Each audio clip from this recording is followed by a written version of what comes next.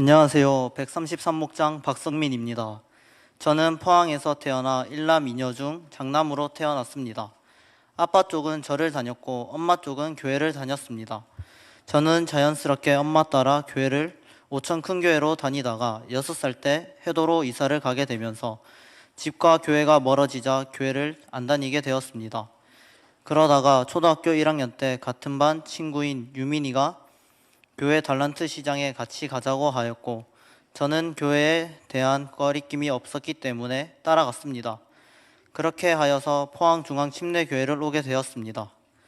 저희 집은 어렸을 때 아빠는 돈 없으면 공부하지 마라, 엄마는 빚을 지더라도 공부를 시켜야 한다는 부모님의 의견 차이로 인해 부모님께서는 돈 때문에 많이 싸우셨습니다. 그런 것 때문인지 저는 단순하게 그냥 얼른 돈을 벌어야 한다라는 생각을 가지게 되었습니다. 중학교 2학년 사춘기를 겪게 되면서 교회를 가기 싫어하였고 주일 아침이면 엄마와 싸우는 일이 많았고 항상 하나님을 안 믿는다고 하나님 없다고 했습니다. 그리고 주일에 교회는 가지만 예배를 드리기 싫어 방에 숨어 있던 시간이 많았습니다. 그러다가 청소년부 여름 수련회 때 죄는 하나님을 없다고 하는 것 죄라고 하였고 그 말씀이 나에게 하는 것처럼 들렸습니다. 그러면서 예수님이 이런 죄인인 나 때문에 십자가에 박혀 돌아가시고 부활하신 것이 믿어지자 예수님을 믿겠다고 결단하였습니다. 하지만 목장 선생님이 바뀌고 학교 생활이 시작되자 말씀을 읽지도 않고 기도를 하지 않게 되면서 믿기 전의 삶이랑 같아지면서 다시 세상 사람과 같아졌습니다. 청소년을 졸업하고 청년에 들어와서 저는 믿지 않은 것 같아 다시 믿는 것을 준비하겠다고 당시 목자였던 성진이 형한테 말을 하였습니다. 그리고 바로 겨울 수련회를 준비하였습니다. 겨울 수련회 때 복음 첫 번째 시간 때 저는 말씀이 너무 잘 들렸습니다. 그리고 쉬는 시간에 엄마가 와서 어떻냐라고 물어보았고 저는 너무 잘 들린다고 대답했습니다. 엄마는 자만하지 말라고 하였습니다. 그리고 복음 두 번째 시간에 마음이 굳어지고 차가워지더니 말씀이 안 들려지기 시작하면서 군대 가기 전에 믿어야겠다는 계획이 틀어졌습니다. 그렇게 남들이 다 가는 군대에 갔습니다. 군대에서는 전문하사를 하려고 하였습니다. 왜냐하면 나와서 취직도 안 되고 자취도 하고 싶고 군대 체질이라는 간부들과 행정관, 군무원님들에게 말을 많이 듣고 도와준다는 간부도 있었기 때문입니다. 그래서 저는 성진이 형에게 저는 전문하사를 하려고 하는데 어떡할까요? 라고 물어봤습니다.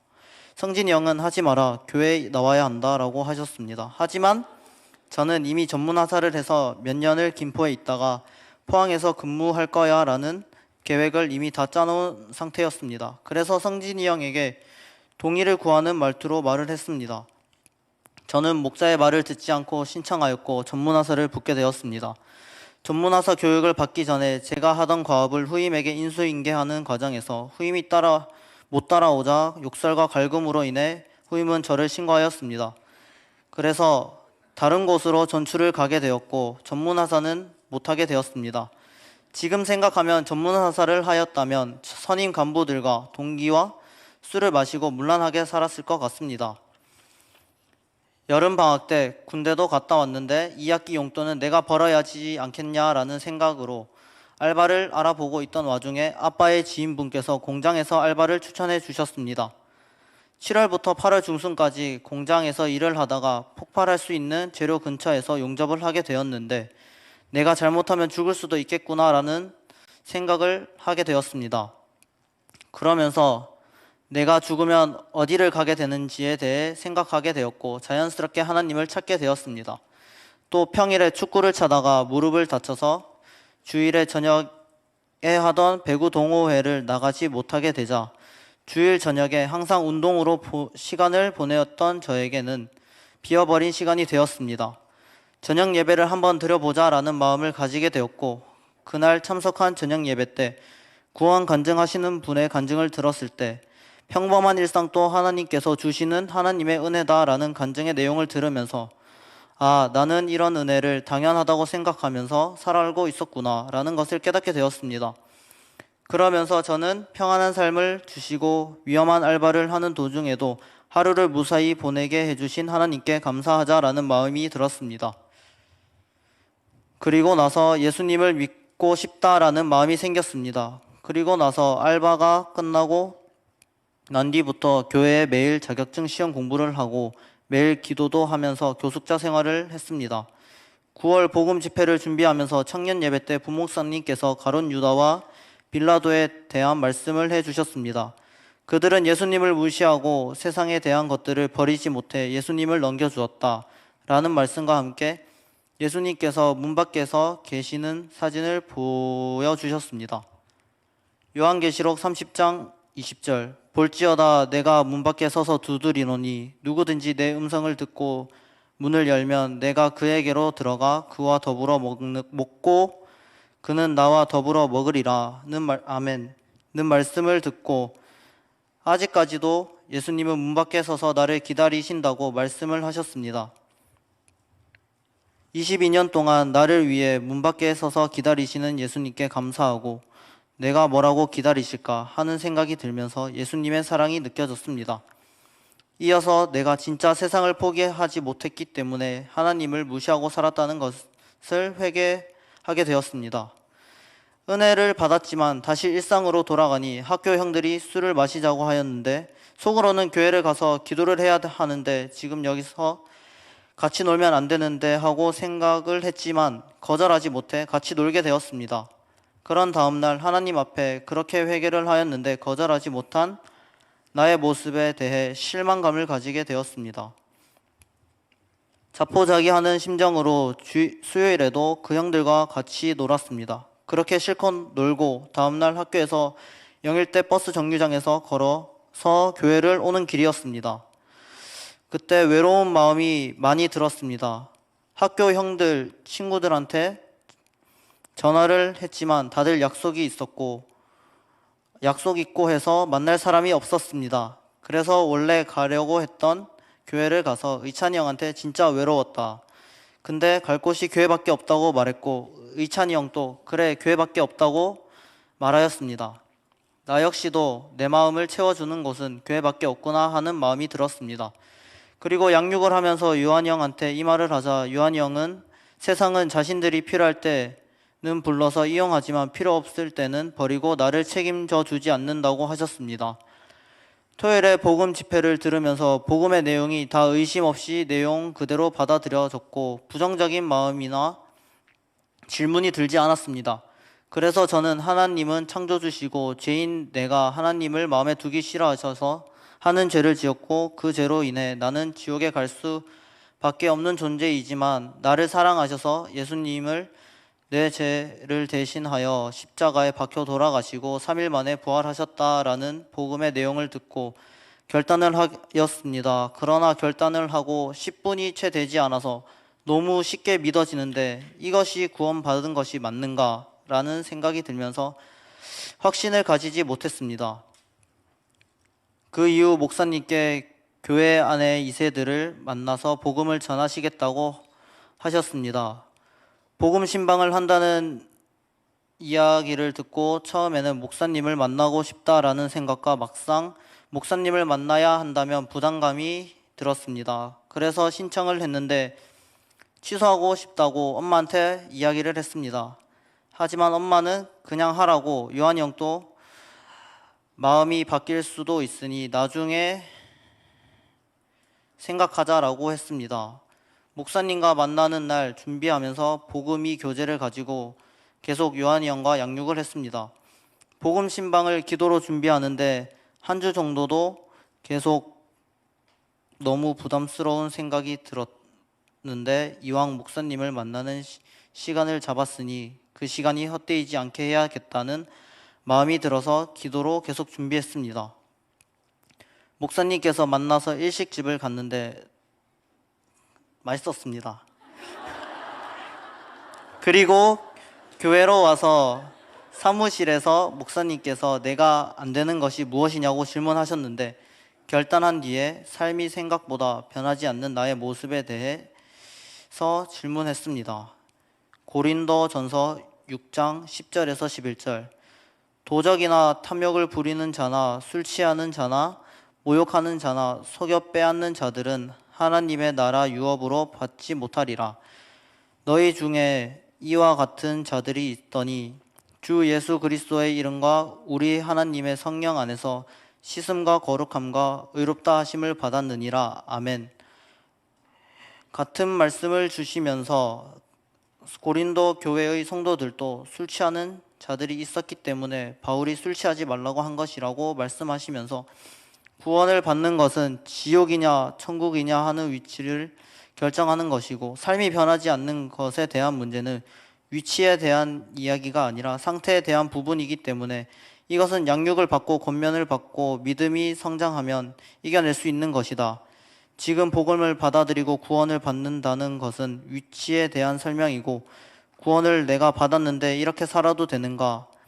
내 삶을 보면 나는 구원을 받지 않는 것 같다라고 생각하는 것은 사탄이 주는 생각이고, 구원을 확신하지 못하게 하는 속임수이다 라고 목사님께서 말씀하셨습니다. 그동안 구원에 대한 확신을 가지지 못했는데 내가 믿은 것이 맞구나, 확실하구나 라는 확신이 들었습니다. 그리고 나서 죄인인 것은 알겠는데 내가 정말 죽을 죄인인가 하는 부분에서 안 받아들여진다고 말씀드리니, 하나님께서 죄의 형벌을 영원한 죽음으로 정해 놓으셨기 때문에 나의 죄를 위해서 예수님이 죽으셔야만 했다고 말씀하셨습니다. 이것은 역시 사탄의 속임수라고 말씀하셨습니다. 궁금증이 해결되면서 속이 시원해졌습니다. 목사님께서 복음을 다시 설명하여 주시고 나의 위치를 다시 확인시켜 주셨습니다. 그리고 나 역시 내가 믿은 사람이었구나 하는 생각이 들면서 마음이 편해졌습니다.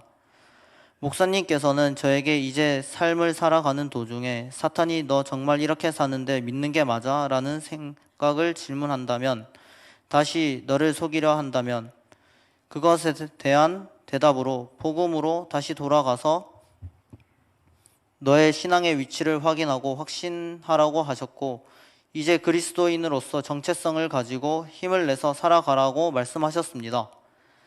복음 신방을 하고 나니 확신이 생겼고 자신감이 생겼습니다. 유한이 형이랑 계속 복음 교제로 양육을 하면서 확신을 계속 가지고 있습니다.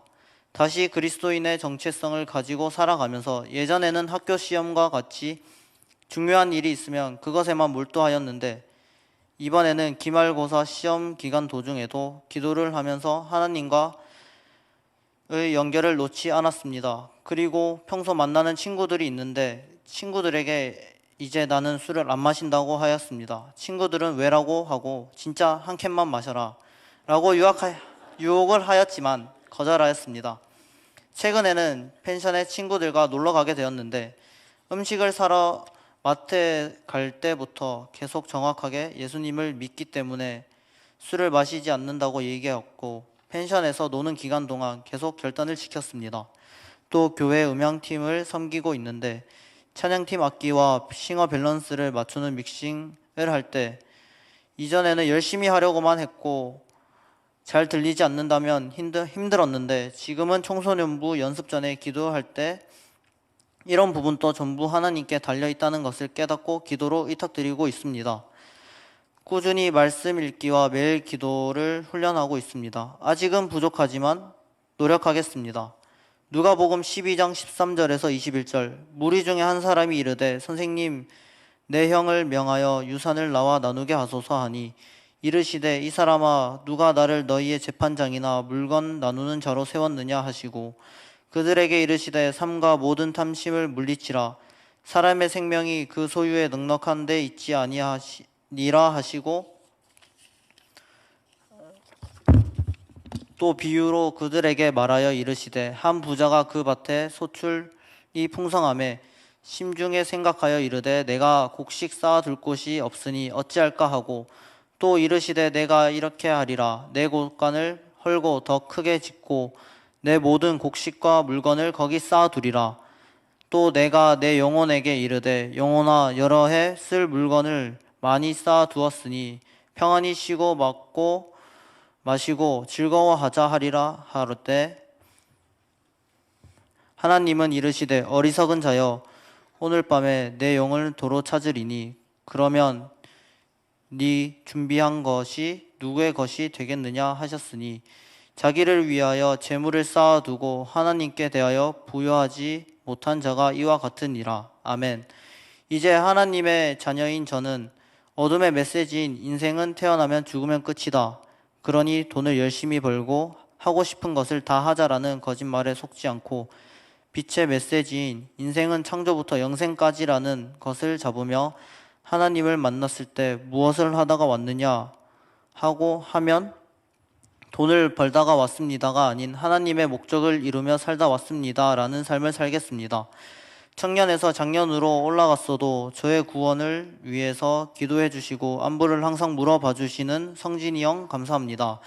돈이 인생의 전부라고 생각하고 없으면 어떻게 살지라는 생각을 깨부셔준 목자 요한이 형의 헌신과 사랑을 배웠습니다. 형에게 양육을 잘 받으며 잘 자라겠습니다. 감사합니다. 청소년부 말씀을 들으면서 큐티와 말씀 읽는 방법을 가르쳐 주신 배성일 목사님 감사합니다. 청년 말씀을 통해 한 주를 돌아보게 되고 어둠에 갇힌 자리에서 빛의 자리로 인도해 주신 김종원 목사님 감사합니다. 저의 위치를 알게 해주시고 일주일 동안 어떻게 살지 도전하는 말씀을 주신 김중식 목사님 감사합니다. 그리고 다음 세대를 위해 기도해 주시는 성도님들께 감사합니다. 마지막으로 저를 창조하시고 삶을 주관하시고 잘못된 길을 갈 때면 저를 치시더라도 옳은 길로 이끄시는 하나님 감사합니다.